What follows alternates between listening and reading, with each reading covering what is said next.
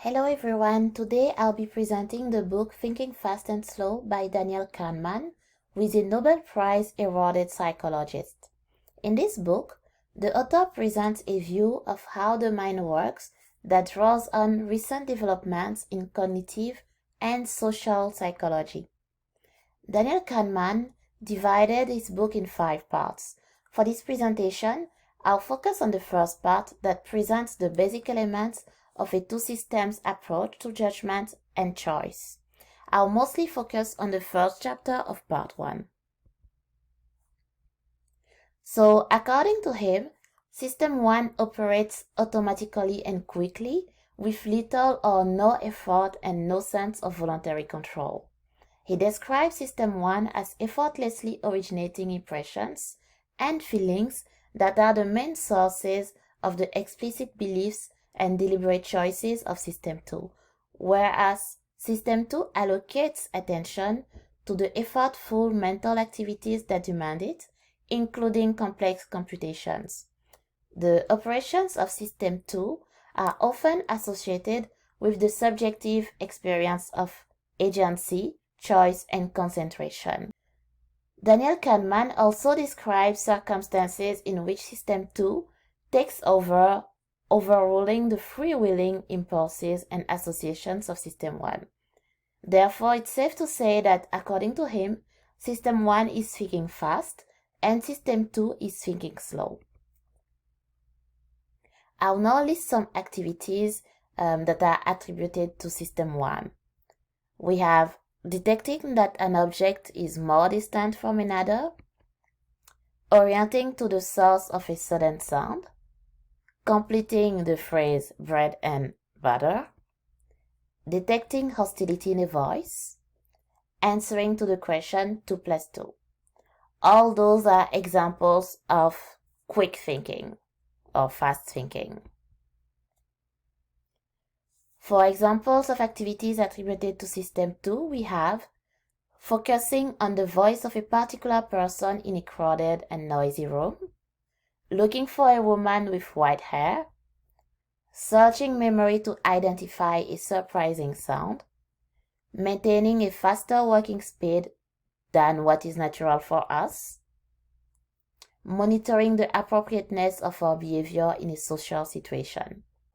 So, the highly diverse operations of System 2 have one feature in common.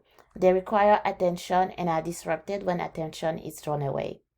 Another example that was used by Daniel Kahneman to make us understand why attention is a big part of the System 2 is that you cannot compute the product 17 times 24 while making a left turn into dense traffic, which I wouldn't recommend trying anyway. So according to him, Systems 1 and 2 are both active whenever we are awake. System 1 runs automatically and System 2 is normally in a comfortable, low-effort mode in which only a fraction of its capacity is engaged. System 1 continuously generates suggestions for System 2, such as impressions, intuitions, intentions, and feelings. If endorsed by System 2, those impressions and intuitions turn into beliefs, and those impulses turn into voluntary actions. So when System 1 runs into difficulty, it calls on System 2 to support more detailed and specific processing that may solve the problem of the moment. In summary, most of what System 2 think and do originates in System 1, but System 2 takes over when things get difficult and it normally has the last word. System 1 has biases, as it sometimes answers easier questions than the one asked and has little understanding of logic and statistics. Another limitation of System 1 is that it cannot be turned off, it's always on. So, System 1 and 2 could have been called automatic system and effortful system. However, saying automatic system would have taken longer to say than System 1 and therefore taken more space in the working memory. And anything that occupies the working memory will reduce the ability to think. System 1 does most of the mental work, as it happens automatically.